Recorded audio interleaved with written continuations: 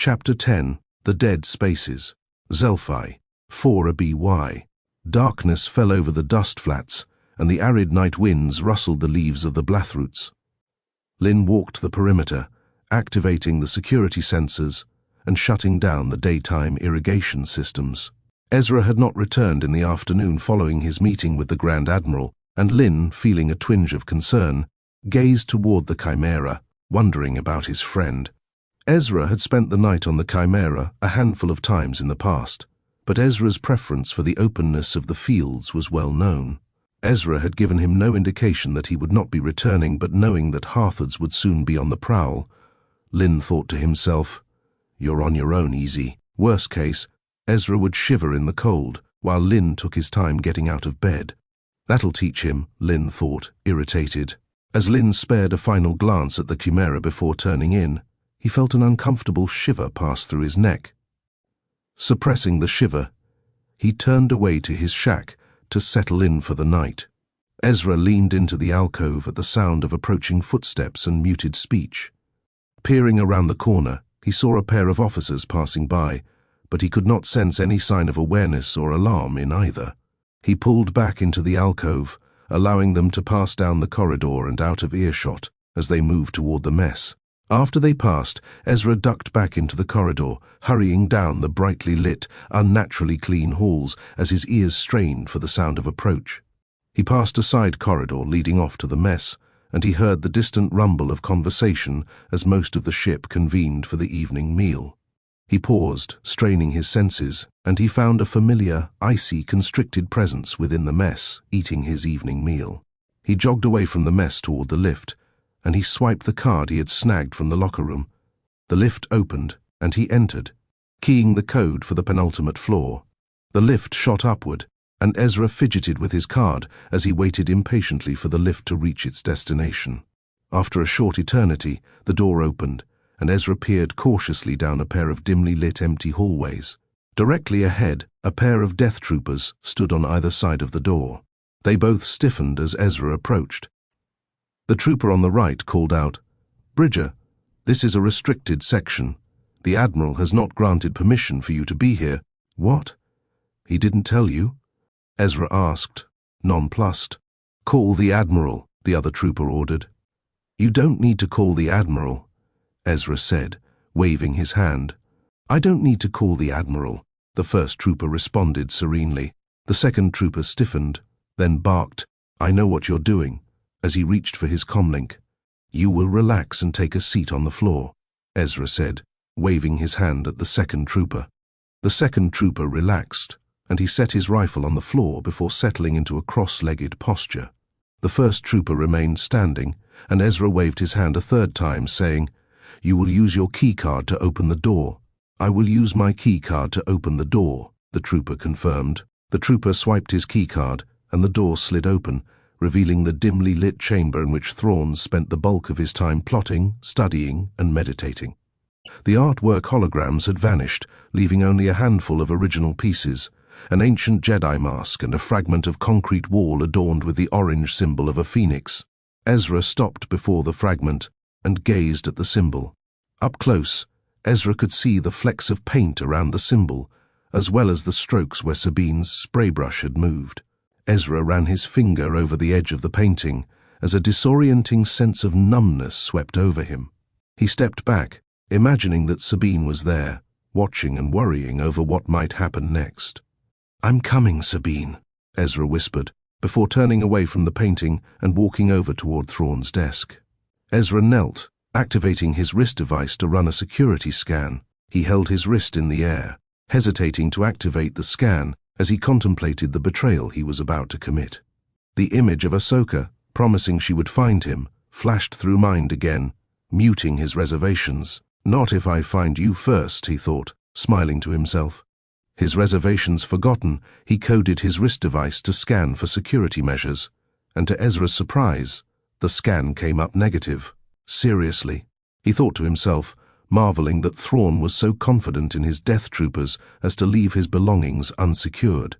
Feeling his own emerging security that he was in the clear, Ezra threw himself forward recklessly, rifling through Thrawn's drawers, searching for the strange, glittering purple substance. He dug through papers, data pads, a handful of relics and small art pieces, until, finally, got it. Ezra removed the vial from the drawer and marveled at the substance sparkling in the light. He dove back into the desk, searching for a syringe, and hoping beyond hope that he would also not have to ransack the medical bay to find what he needed. Another 2 minutes of searching later, and there, a syringe. Ezra did not care if it was dirty, used, or even broken. A splash of water, and he would have everything he needed.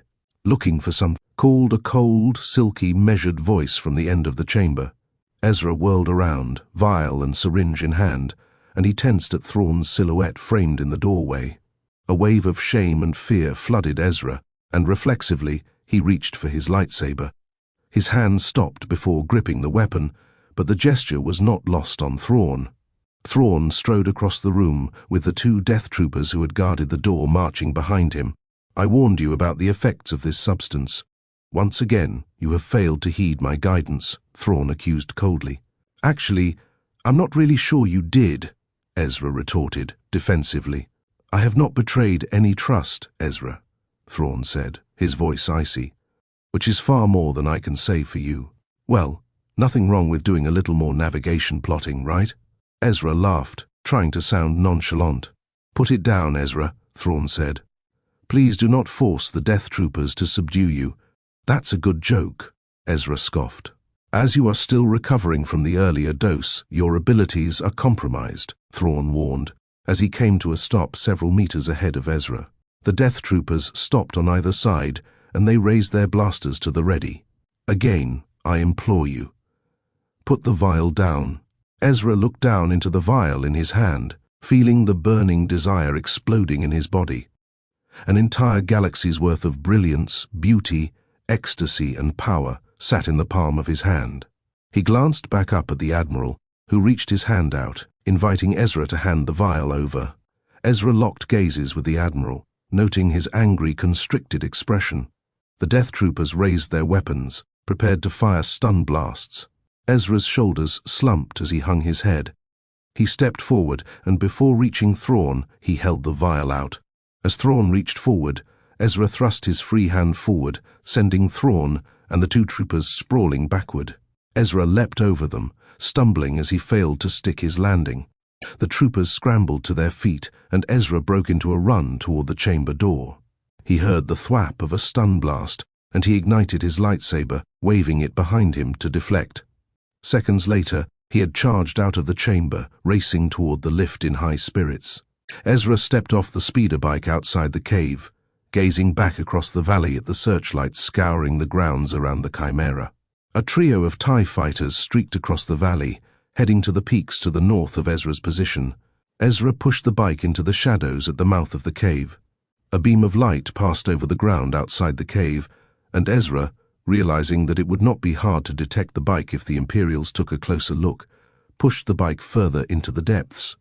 After 5 minutes, he felt satisfied that only an Imperial patrol on foot would look closely enough to find him. He pulled the vial and the syringe from his pocket, then dropped down to the ground and leaned against the wall of the cave. Ezra shook a small amount of the powder into the syringe's chamber, guesstimating how much powder Lieutenant Torres had mixed. A strained, agitated part of his mind shouted that it was too dangerous to get the dose wrong, but Ezra ignored the warnings as the surge of excitement and anticipation drowned out the quiet, nagging voice receding further to the back of his mind. As he poured an ounce of water into the syringe's chamber, he felt a curious shiver, then paused his preparation. Turning inward, he noticed a cold darkness around him. At first he thought of the dark side, an old familiar feeling of coldness radiating from a masked monster bearing down on him and his friends. But this darkness did not feel like the Force. As he looked deeper, he felt a wave of dread and fear arise. There was no Force to be felt. Panic and suspicion arose in him as he thought of Thrawn. Disdainful, distrustful, and contemptuous, it would not be unlike Thrawn at all to have devised a drug that would control Ezra's. ability to use the Force, which would be amplified when it suited Thrawn and dormant when Thrawn did not want him to use it. Thrawn had intimated that the withdrawal symptoms would inhibit his abilities, but what if the withdrawal symptoms were the point?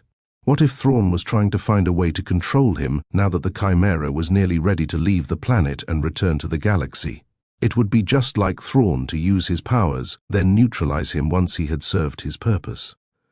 But here was the drug all the same. If he had the drug at his disposal, he could use the Force and destroy Thrawn. Yes, destroy Thrawn, take control of the Chimera, return to the galaxy and annihilate the Emperor. As these thoughts flooded through Ezra's mind, he shook the solution, watching in fascination as the purple crystals dissolved. When the crystals dissolved into a clear purple liquid, he rolled back the sleeve on his left arm and with his right hand gripped the syringe. As a drop of the drug dripped onto his skin, he hesitated, as a faint alarm blared in the distant recesses of his mind. But as the needle hovered, tantalizingly close, he ignored the warning and with reckless abandon plunged the needle into his skin. With his thumb, he depressed the plunger, feeling the burn of the drug entering his veins. He closed his eyes, eagerly anticipating the expansive ecstasy that was sure to come. Seconds passed, but instead of the ecstatic expansiveness and dissolution of all barriers to the Force, the dead coldness remained. As the burning in his left arm spread, he felt his muscles seize as fear blossomed. He reached out with his senses, grasping for the familiarity of the Force, and his panic mounted as the Force remained silent and obscure. Before Ezra's fear could peak, the ground shook, sending a cascade of dust washing over him. A second rumbling followed, and disoriented, Ezra wondered whether the Force was under attack. But, as lights flashed across the walls of the cave toward the entrance, a secondary fear disconnected from the Force's inexplicable absence emerged. Ezra raised himself up to his feet and stumbled toward the mouth of the cave. After several steps, the Force erupted within him like a nuclear flash in a darkened room. He threw his arm up to shield his eyes, belatedly realizing that the brilliant explosion of light and beauty was occurring within him. He felt small explosions erupting around him, and for a moment he thought that somebody was attempting to attack him. But as the pure, brilliant ecstasy washed over him, he collapsed to the floor of the cave, surrendering to the Force. Again, the expanse of the universe opened to him, and he saw the galaxy unfurl before him, small enough to fit in the palm of his hand, yet vast beyond comprehension. A craving for novelty emerged, and he pushed through the expanse down into the dirt beneath his body. Within the dirt, he looked closer and deeper, passing through the electrical bonds binding the atoms of the soil together. Here, at last, he found the truest, purest nature of the Force. But even as he considered the electrical gravity binding the galaxy together at the most minute, intimate level, he realized something greater still lingered beyond even this secret. He passed through the atomic level, emerging, to his shock and delight, upon a bridge across the stars. Around him, voices whispered, some familiar and some mysterious. He thought he heard Kanan and Ahsoka among the voices, and excitement built as he realized that he was once again in the world between worlds. The gates that he had passed in his previous sojourn remained unchanged, and he walked slowly, straining to hear what the whispering voices were saying. One gate on the far end of the bridge called to him, and he turned, listening to the whispers emanating from it. He heard his friends there, garbled, indistinct, but still recognizable. He jogged forward, picking up speed as he broke into a run, certain that he could pass through the boundary and escape the hell he had endured, leaving Thrawn to rot in the unknown regions. At the threshold of the gate he paused, savoring the voices of Hera, Zeb, Kanan, Chopper, Kallus, Rex, and above all, Sabine. The black barrier of the gate shimmered and swam before him, coalescing into the image of his friends, seated around the galley and the Ghost, enjoying a meal after yet another close scrape with the Empire. Kanan's eyes were uninjured, and Sabine sat beside him, laughing at something Ezra had said. Ezra reached out his hand to touch the barrier, testing its permeability, when a voice startled him. "You cannot be here," spoke a child's voice, refined and serene, yet laced with warning. Ezra turned toward the voice, and a shimmering white light materialized a few meters away, coalescing into the figure of a child. The child had no hair, and he wore a simple white robe. His bare feet sent ripples through the star bridge, and white light radiated from every inch of his body. "What the?" Ezra began. "How did you do this? The gate on Lothal is closed," the child asked. "Who are you?" Ezra asked. "A guardian, a protector of this place and others like it," the child explained. The child frowned, then added, "You must leave." "But my friends," Ezra objected. "They're right there." "Have you not already learned this lesson, Ezra Bridger?" the child asked, tilting his head to the side in a gesture of curiosity. Ezra's mind flashed back to his desperate hope of reaching Canaan moments before an explosion consumed him. Ahsoka had deterred him, and he had turned away, finally accepting the loss. He turned back to the gate and saw his friends, still laughing happily as they swapped tales and jokes. He reached out his hand again, but the child appeared before him, standing between Ezra and the gate. Ezra took a step back, alarmed at the child's sudden appearance. "You must leave this place," the child implored. "You invite great danger from one who seeks this place always. Just let me pass, and I promise I won't return," Ezra implored. "Go," the child uttered. Ezra lifted from the transparent surface and hovered in the air, immobilized. The child reached his hand out and placed his finger between Ezra's eyes. In a flash, Ezra tumbled onto the floor of the cave, coughing up dust. The expansive edge of the high was receding, but the drug's effects remained strong enough to open Ezra to the awareness of pain, suffering, death, and violence occurring within the valley beyond the cave. He hoisted himself up and raced toward the mouth of the cave, where he watched a brilliant fireball blossoming beyond the Chimera, where the refinery stood. The fireball rose into the sky as streaks of light passed over the valley. TIE fighters pursued some of those streaks of light, and some of the streaks of light pursued TIE fighters. Green flashes erupted from the Chimera's turbolaser batteries, and a second fireball erupted on the Chimera's flank, which Ezra recalled with a jolt of dread had been left unshielded in its dormancy. A trio of pyramidal fighters shot after a TIE fighter, and Ezra felt the consciousnesses within the enemy ships with brilliant clarity. The trio of minds were unlike anything he had ever experienced, cold, malicious, and devoid of conscience. They fired a volley of orange laser fire, and the TIE fighter exploded. Ezra reached out, and feeling the trio of ships as if in the palm of his hand, he clenched his fists. The three ships each imploded, shooting plumes of fiery gas in several directions as their debris crashed into the mountainside. Ezra felt a wave of apprehension, and turning toward the Chimera, he watched a massive cruiser rise over the rim of the valley. The cruiser resembled a pair of jagged daggers jutting out from a pyramidal superstructure, and as it cleared the horizon, the ship opened fire on the Chimera. Dozens of shuttles disgorged from the cruiser's belly, drifting down to the small city that had developed around the Chimera. A blast erupted from an area near the farms, and Ezra had a fleeting sense of Lynn's terror. Ezra stepped forward, his senses expanding as he left the cave. He sensed the thousands of alien beings, each with the same malicious, cold consciousness bent toward the purpose of destroying the Chimera and eradicating the settlement. Remembering how he had held the fighters in the palm of his hand, Ezra concentrated, holding his hand out. With the drug heightening his attunement to the Force, the cruiser felt small, insignificant, little more than a toy. As his sense of control grew, he tilted his hand slowly to the side. The cruiser, which had been lumbering forward, raining devastating fire on the settlement, tilted to the side, mirroring his hand. As he gained more control and confidence, Ezra flipped his hand over, and the cruiser flipped in tandem. A heady rush of power told him that he could do whatever he wanted with the cruiser, and as he imagined the thousands of separate consciousnesses within the cruiser, he thought to himself, "Sleep." The alien consciousnesses severed abruptly, and the cruiser's firing stopped altogether. Ezra threw his hand to the sky, and the cruiser shot into the air, soaring away from the ground. As it soared into the atmosphere and away from the valley, Ezra clenched his fist, and the cruiser exploded in a brilliant flash. His triumph lingered only for a moment, as the terror of the Imperials inside the settlement pulled at his consciousness. He rushed back into the tunnel, again feeling the curious dead space where he had injected himself with the drug.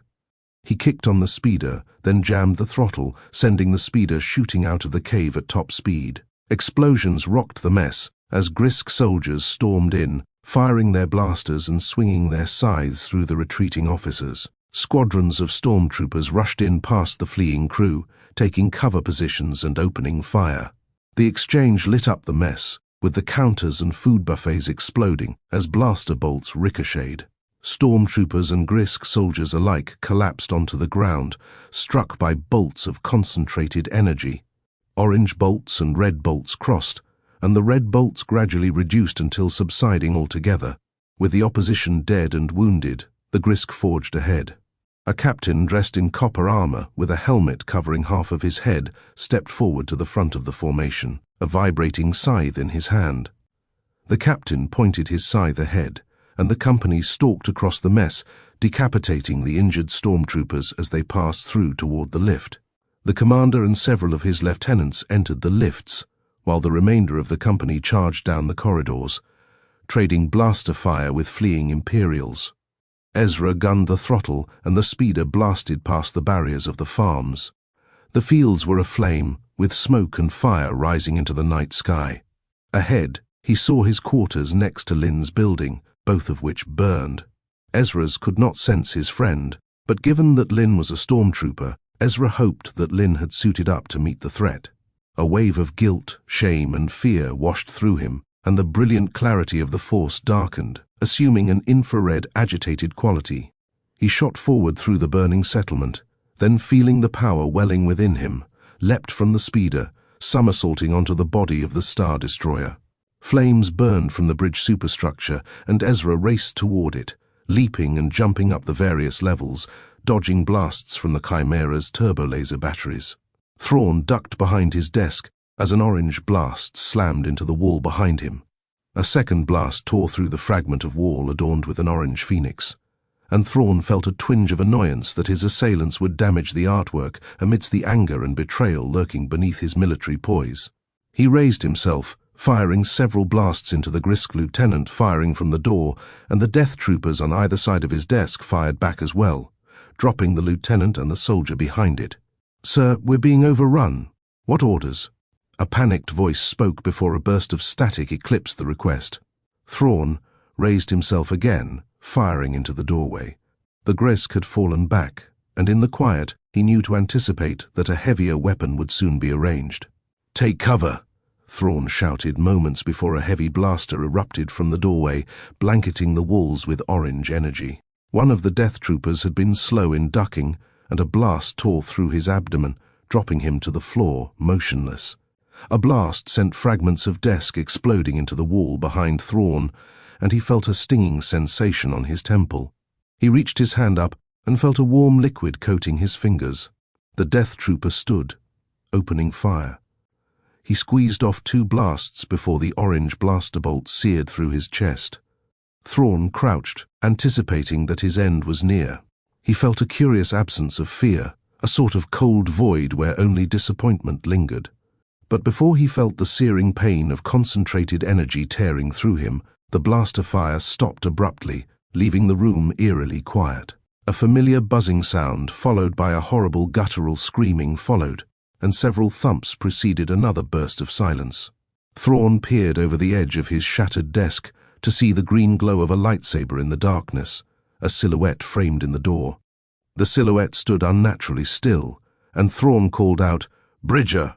"Not now," called the voice in Thrawn's mind, and the shock of another voice appearing in his carefully disciplined, controlled mind frightened him. He stepped back, his foot catching on a fragment of wall, and in the silence became a blaster fire from a distant quadrant of the ship. That firing went dormant suddenly, and Thrawn felt a surreal sense of calm. "Sir, Grand Admiral Thrawn, this is Commodore Brandt. Come in, Grand Admiral." The comm on the floor barked. Thrawn leaned over and picked it up, saying, "I am here, Commodore." "Sir, the intruders were almost upon us when they suddenly died," the Commodore said, astonished. "Bridger," Thrawn murmured to himself. He straightened up, gripping the comlink in his hand. Ezra extinguished his lightsaber, then swayed before collapsing to the ground. Thrawn rushed forward, and by the light coursing through the doorframe, he saw Ezra convulsing, his body gripped in a seizure. "Commodore," Thrawn snapped into the comlink. "Send Lieutenant Torres to my office as soon as possible, assuming he is alive." "He's here, sir," Commodore Brandt affirmed. "On his way. Tell him to bring the antidote," Thrawn growled.